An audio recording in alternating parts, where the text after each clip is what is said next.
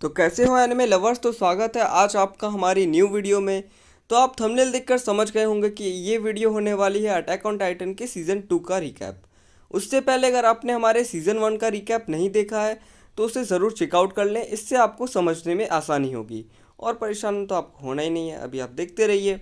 तो चलते हैं वीडियो की तरफ बिना किसी देरी के।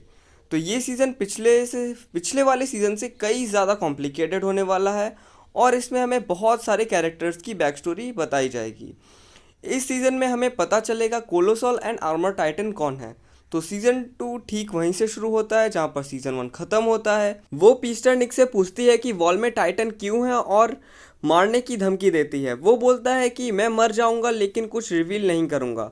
तभी मैसेंजर आता है और आर्विन को ढूंढ रहा होता है। वो उसे बोलता है कि वॉल रोसे में भी टाइटन आ चुके हैं। इस बात से हम जाते हैं 12 आवर पीछे। इसके बाद हमें कुछ साइड कैरेक्टर्स दिखते हैं जो कि वॉल शीना के पास थे। तभी साशा को टाइटन के आने की आवाज़ होती है और वो वहाँ से टाइटन्स आने लगते हैं। इसका मतलब सेकेंड वॉल रोसे में भी होल हो गया है। वो बोलता है कि सभी टाइटन्स के बारे में इन्फॉर्म कर दो विलेज में। वहाँ पर सभी ग्रुप्स में डिवाइड हो जाते हैं और विलेज की तरफ जाने लगते हैं। मीके कुछ टाइटन्स को मारने लगता है और जब वहाँ पर सिर्फ 4 टाइटन्स बचे होते हैं तब वो अपने घोड़े को वापस बुलाता है, लेकिन एक बड़ा सा इंटेलिजेंट टाइटन उसे उठा लेता है और खाने लगता है।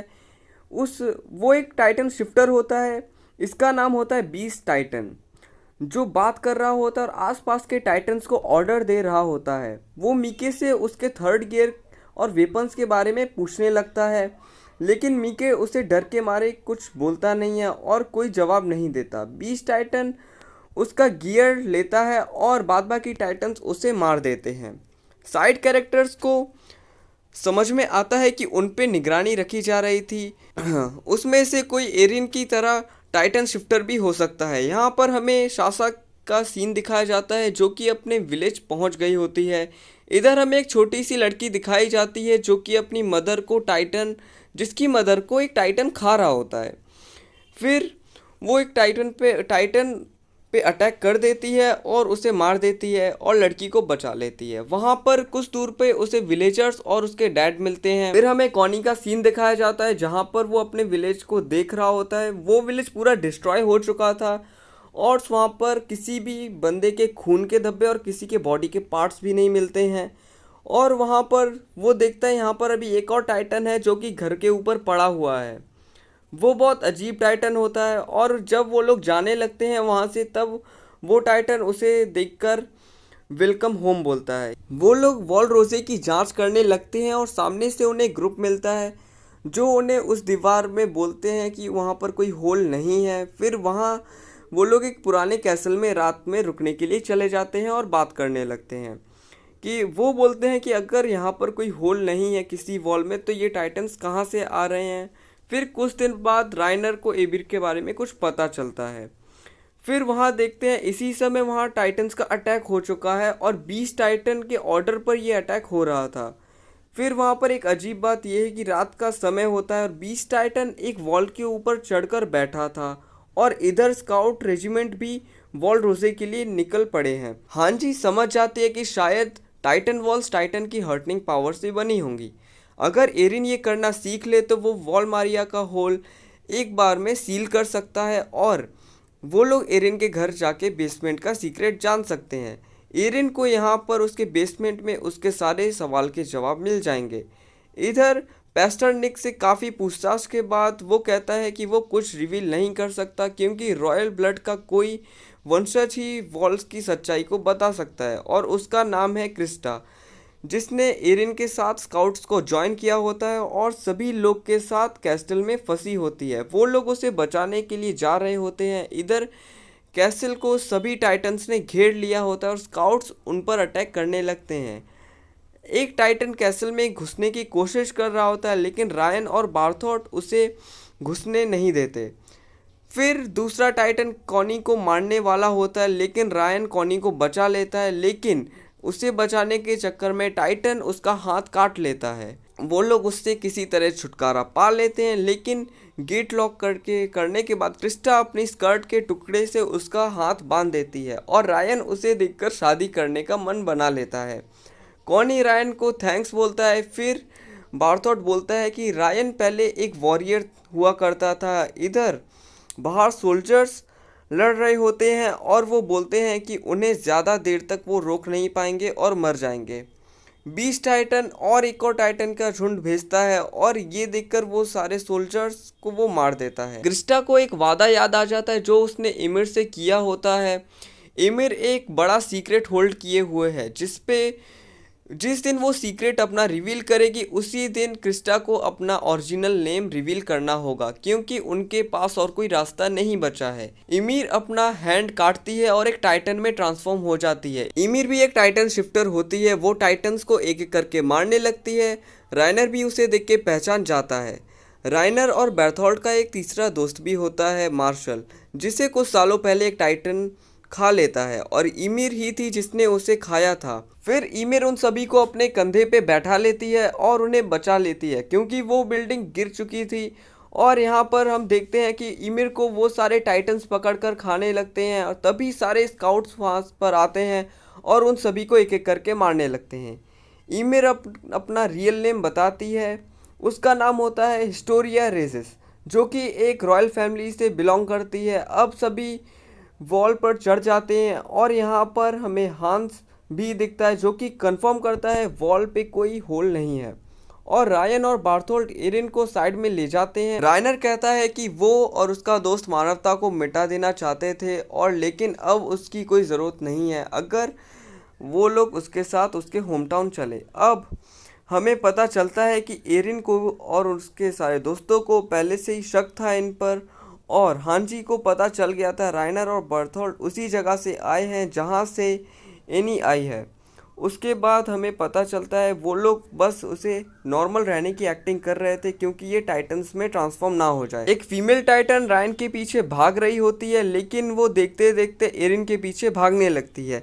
ज़रूर उस फीमेल टाइटन को उसने उसकी लोकेशन बताई होगी और तभी वो लोग वहाँ से चले जाते हैं और वो बोलते हैं कि जब तक हम अंडरग्राउंड है तब तक ठीक है और ये तब तक टाइटन में ट्रांसफॉर्म भी नहीं हो पाते हैं और सब ऐसा ही हो रहा होता है। लेकिन अब रायन ने सब रिवील कर दिया होता है। वो एरिन को उसके साथ जाने के लिए बोलता है लेकिन एरिन उसे मना कर देता है और मिकासा एंटोनियो पर अटैक कर देती है। लेकिन दोनों ही अपने टाइटन फॉर्म में ट्रांसफॉर्म होने लगते हैं और ये दोनों कोलोसल और आर्मर टाइटन्स बन जाते हैं। टाइटन एविल को अपने मुंह में डाल लेता है और एरिन भी टाइटन में ट्रांसफॉर्म हो जाता है। दोनों में फाइट होने लगती है। कोलोसल टाइटन साइज़ में बड़ा होने के कारण बहुत स्लो होता है, वो किसी को टच भी नहीं कर पाता है। फिर वो लोग उसकी गर्दन काटने ही जा रहे होते हैं। वो अपनी बॉडी से स्टीम निकालने लगता है जो कि बहुत हॉट होती है। फिर यहाँ पर एरिन अपनी ट्रेनिंग के दिनों को याद करता है और सबमिशन लॉक करने लगता है जैसे कि वो पहले किया करता था और फिर वो उसको हेडलॉक देता है और राइनर का एक हाथ उखाड़ देता है। फिर राइनर एरिन को कोलोसल टाइटन के नीचे लाता है और चिल्लाता है। ये एक सिंगल होता है बेर्थोल्ट के लिए और वो अपनी बॉडी को उसके ऊपर गिरा देता है। इसके बाद एक ब्लास्ट होता है और एरिन को वो अपने मुंह में दबा लेता है और वो वहाँ से भागने लगता है। बेर्थोल्ट उसी समय ईवी को अपने साथ भगा ले जाता है और ब्लास्ट की वजह से वो लोग अप्रॉक्स 5 आवर के लिए बेहोश थे। उसके बाद एरविन यहाँ पर बैकअप के साथ आ जाता है और फिर वो लोग ज़रूरी जाइंट फॉरेस्ट में रुके होंगे, हाजी ये कहती है। इसके बाद रात में उन्हें टाइटन्स का कोई खतरा नहीं होगा और अरविंद सभी स्काउट्स को फॉरेस्ट की तरफ ले जाने के लिए बोलता है और फिर वो भागने लगता है। फिर हमें एरिन और इमिल का एक सीन दिखाया जाता है जहाँ पर वो लोग फॉरेस्ट में होते हैं और उनके हाथ कटे हुए होते हैं क्योंकि वो टाइटन ना बन पाए। फिर वो लोग एक तरफ टाइटन से घिरे हुए होते हैं और साथ में वो उसके साथ नॉर्मल बंदे की तरह बात कर रहा होता है जैसे कुछ हुआ ही ना हो। इसके बाद वो कहती है कि तुम इन दुश्मनों के साथ रह कर तुम भी थोड़े पागल हो गए हो। इविल उससे बोलती है कि बीस्ट टाइटन के बारे में मुझे कुछ बताओ। रायन कुछ भी नहीं बोलता और इविल से बोलता है कि तुम हमें ज्वाइन करो। फिर उन्हें एक स्मोक सिग्नल दिखता है जिसका मतलब ये होता है कि वो लोग उनकी तरफ आ रहे होते हैं और राइनर बेर्थोल्ट के साथ भागने लगता है। इस पर इविल को एक उसके पास्ट का सीन याद आ जाता है जिसमें उसे एक गिल्ड का फेक क्वीन बनाया गया था। एक दिन उसके बारे में उन लोगों को पता चल गया, जिसके बाद उसे कई लोगों ने मिलकर टाइटन में तब्दील कर दिया। वो 60 सालों तक भागती रही और एक दिन उसने राइनर के दोस्त को खा लिया और ह्यूमन बन गई। फिर उसने क्रिस्टा के साथ मिलकर मिलिट्री ज्वाइन की और इविल स्काउट्स में क्रिस्टा को भी दिखाया था। ये देखकर वो उसे पकड़ लेती है और उसे अपने मुंह में दबा लेती है। रायनर आर्मर टाइटन बन जाता है और भागने लगता है। उसके पास जाते हैं। मिकासा इरिन के पास पहुंच जाती है, लेकिन उसने उसे उसके हाथ में बंद करके रखा होता है। सोल्जर्स वहां पर अपना मैनिपुलेशन यूज करते हैं, उसे मैनिपुलेट करते हैं, लेकिन वो कुछ नहीं कर पाते। फिर नेक्स्ट सीन में हमें कमांडर इरविन का सीन दिखाया जाता है, जो कि अपने पीछे पीछे फिर इरविन उसके सामने एनी का नाम लेता है, जिससे बार्थल्ड निकलता है और उसको एरिन के साथ अलग करता है। फिर मिकासा उसे पकड़कर नीचे ले आती है और भागने लगती है। रायनर उनके पीछे एक टाइटन फेंक देता है, जिससे कि मिकासा और एरिन गिर जाते हैं। फिर उनके सामने एक वही टाइटन आ जाती है जिसने कि एरिन की मॉम को खाया होता है। उसे बचाने के लिए हानस आता है। वो अपनी गलती को सुधारना चाहता था और टाइटन्स उसे खा लेते हैं। फिर एरिन अपनी पूरी तरह रिकवर नहीं हुआ था, इसीलिए वो टाइटन नहीं बन पा रहा था। फिर वो उसे मारने की कोशिश करता है, लेकिन वो एक लास्ट में पंच मारता है, जिससे कि सारे टाइटन्स उसे मारने लगते हैं। फिर उसे वो खा जाते हैं। उसके बाद वो राइनर पर चिल्लाता है, तभी वो टाइटन्स राइनर पर अटैक कर देते हैं और उसी मौके का फ़ायदा उठाकर वो तीनों बच जाते हैं और भाग जाते हैं। फिर ये कंफर्म होता है कि वो सारे टाइटन्स कॉनी के विलेज के लोग होते हैं और वो टाइटन्स जो घर के ऊपर लेटी हुई होती है वो कॉनी की मॉम होती है। फिर हमें बीस्ट टाइटन का सीन दिखाया जाता है, जो कि अपने बीस्ट फॉर्म के ऊपर खड़ा होता है। अजीब सा दिखता है वो, जिसका नाम होता है जेक।